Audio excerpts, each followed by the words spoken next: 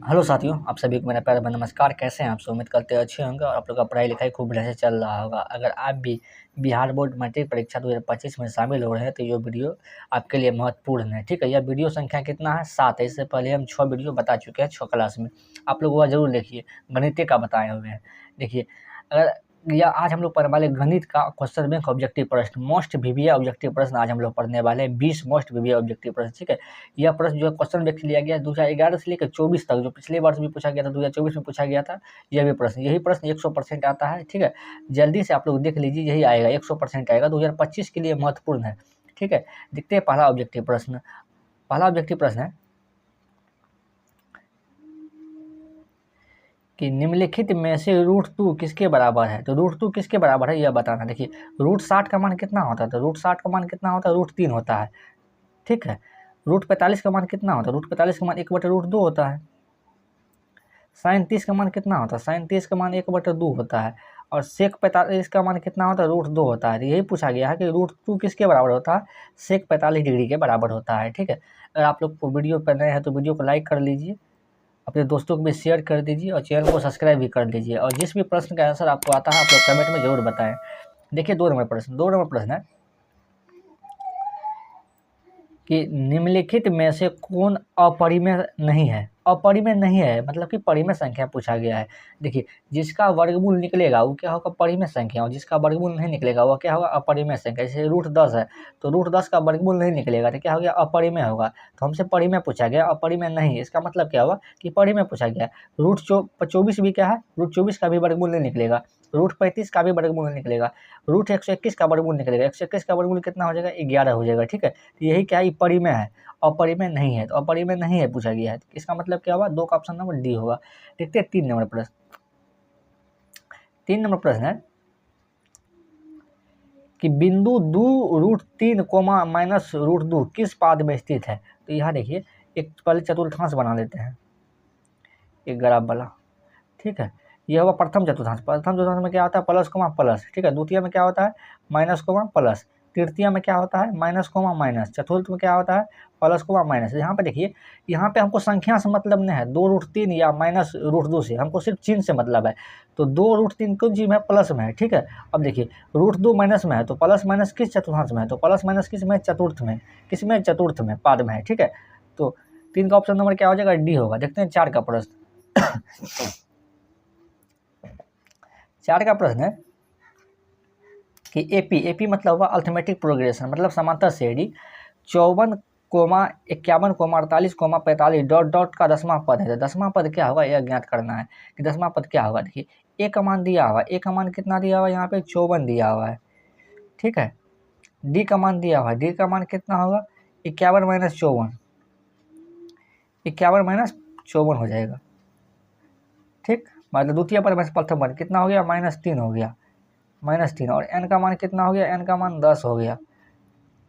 ठीक है, तो n बराबर फॉर्मूला क्या होता है? nवां पद बराबर, nवां पद फॉर्मूला होता है a + n - 1 × d,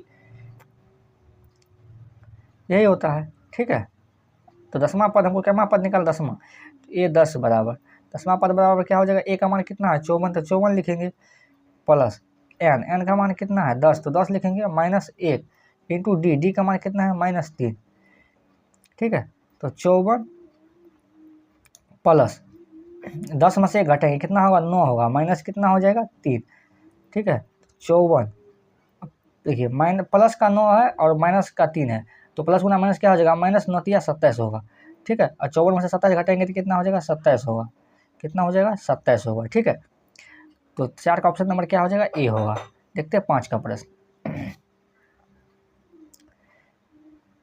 5 का प्रश्न है कि tan स्क्वायर 60 डिग्री का मान है, तो इसका मान ज्ञात करना है। ठीक है, tan 60 का मान कितना होता है? √3 होता है। आपको मान याद होना चाहिए। त्रिकोणमिति 20 गो ऑब्जेक्टिव प्रश्न रहेगा, आप लोग ध्यान रखिएगा। स्क्वायर है तो स्क्वायर लगा देंगे। देखिए, स्क्वायर से रूट कैंसिल हो गया। ठीक है, तो कितना हो जाएगा? 3 हो जाएगा। तो 5 का ऑप्शन नंबर क्या हो जाएगा? 3। या इसका दूसरे तरीका से भी बना सकते हैं, जैसे कि √3 का स्क्वायर है, इसको कैसे लिख सकते हैं? तो पावर 2 है तो क्या करेंगे? √3 को 2 बार गुना करेंगे, √3 गुना √3। ठीक है, और √3 गुना √3 कितना होता है? 3 होता है। ऐसे भी आप बना सकते हैं। ठीक, 5 का ऑप्शन नंबर क्या होगा? बी होगा। देखते हैं 6 का प्रश्न।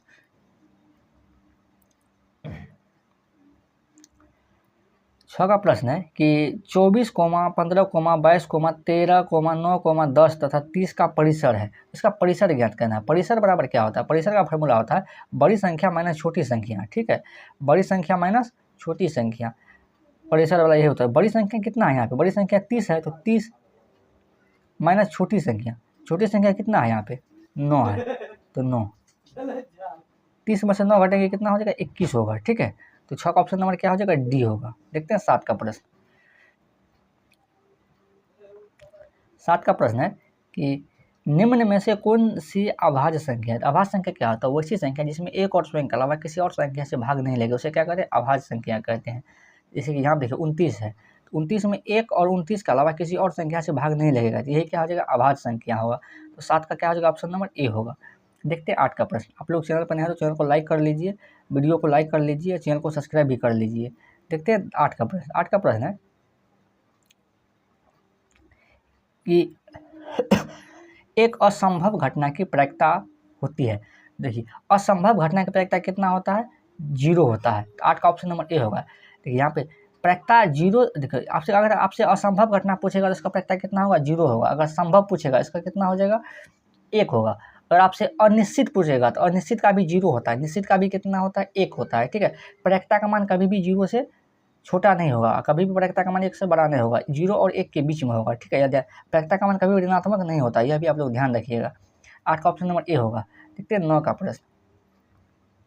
9 का प्रश्न है कि 13 और 19 के बीच समांतर माध्य है। 13 और 19 के बीच समांतर माध्य क्या दिया हुआ है? तो देखिए दो संख्या में माध्य बराबर क्या होता है? दो संख्या दिया हुआ है, दोनों को जोड़ के 2 से भाग दे देना है। जैसे कि 13 दिया हुआ है, 19 दिया हुआ है।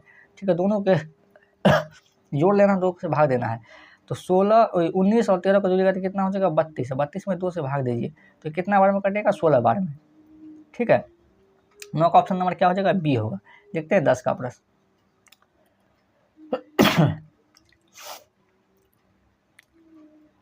10 का प्रश्न है 3, 4, 7, 2, 6, 7, 9 का बहुलक है। तो बहुलक क्या होता है? वैसी संख्या जो सबसे अधिक बार रिपीट हो, उसे क्या कहते हैं? बहुलक कहते हैं। जैसे 2 दिया हुआ है, तो 2 देखिए ऑप्शन में 2 है, 2 कितना बार रिपीट हुआ? 1 बार।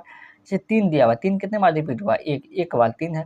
ये 7 दिया हुआ, 7 कितनी बार है? 1, 2, 3 बार। 7 कितना बार है? 3 बार। 9 कितना बार हुआ? 1 बार होगा। ठीक है, 2 भी 1 ही बार है। तो बहुलक क्या होता है? वैसी संख्या जो सबसे अधिक बार रिपीट हो, उसे क्या कहते हैं? बहुलक। जैसे कि इसमें 7 दिया हुआ है, 7 कितने बार रिपीट हुआ है? 3 बार। तो सबसे अधिक बार रिपीट हुआ है, तो इस प्रश्न का आंसर कितना हो जाएगा? 7 होगा। 10 का ऑप्शन नंबर सी होगा। देखते 11 का प्रश्न। 11वां प्रश्न है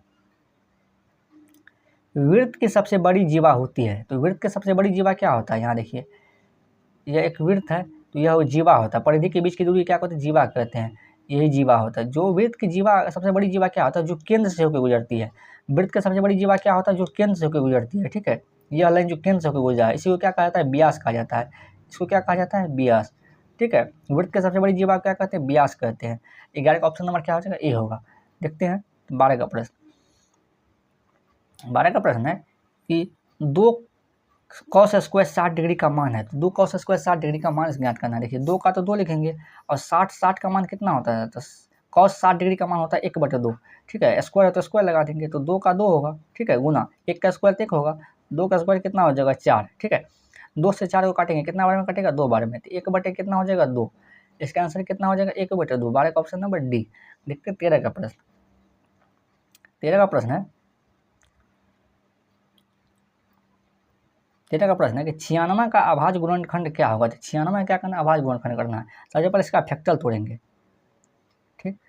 ठीक है, ये 2 से लगाइएगा तो कितना हो जाएगा? 48। फिर 2 से लगाइएगा तो कितना हो जाएगा? 24। ठीक, फिर 2 से लगाइए, कितना हो जाएगा? 12। फिर 2 से लगाइए, कितना हो जाएगा? 6। 6 में 2 से लगाइए, कितना हो जाएगा? 3। ठीक है, यही होगा इसका। देखिए इसको क्या हो जाएगा?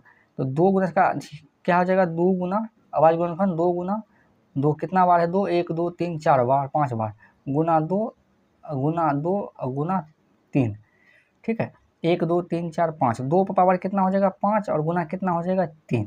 ठीक है, 2 पावर 5 गुना 3, मतलब 13 का ऑप्शन नंबर क्या हो जाएगा? सी होगा। देखते हैं 14 का प्रश्न। 14 का प्रश्न है कि बिंदु 2,3 की दूरी मूल बिंदु से है। तो मूल बिंदु से किसी वस्तु की दूरी क्या होता है? √x² + y²। ठीक है, x² + y² होता है रूट में, तो 2 का स्क्वायर हो जाएगा यहाँ पे, और वाई का मान 3 है तो 3 का भी स्क्वायर हो जाएगा। तो 2 का स्क्वायर कितना हो जाएगा 4, और 3 का स्क्वायर कितना हो जाएगा 9। ठीक है, 9 4 कितना हो जाएगा यहाँ पे रूट का 13, रूट का कितना हो जाएगा 13। ठीक है, 14 का ऑप्शन नंबर क्या हो जाएगा सी होगा। देखते हैं 15 का प्रश्न। 15 का प्रश्न है, अगर यहाँ तक आप लोग आ गए हैं तो वीडियो को लाइक कर लीजिए, अपने दोस्तों को भी शेयर कर दीजिए, चैनल पर चैनल को सब्सक्राइब भी कर लीजिए। ठीक है, देखते हैं 15 का प्रश्न। बहुपद 6x² - 11x + 3 के शून्यांक का योग होगा। तो शून्यांक का योग क्या होता है alpha plus beta, alpha plus beta, और अल्फा प्लस बीटा बराबर क्या होता है फॉर्मूला -b/a। ठीक है, तो माइनस, ठीक है, तो b क्या होता है एक्स का गुणा होता है, एक्स का गुणा कितना है -11, तो माइनस कितना हो जाएगा 11, और ए का मान कितना है 6, तो माइनस गुना माइनस क्या हो गया +11 बटा कितना हो गया 6, 11/6। 15 का ऑप्शन नंबर क्या हो जाएगा सी होगा। 15 का ऑप्शन नंबर क्या होगा सी होगा। देखते हैं 16 का प्रश्न। 16 का प्रश्न है कि बिंदु 2,3 और 15,11 के बीच की दूरी है, तो दूरी सूत्र क्या होता है, दूरी सूत्र बराबर होता है x2 - x1 का होल स्क्वायर।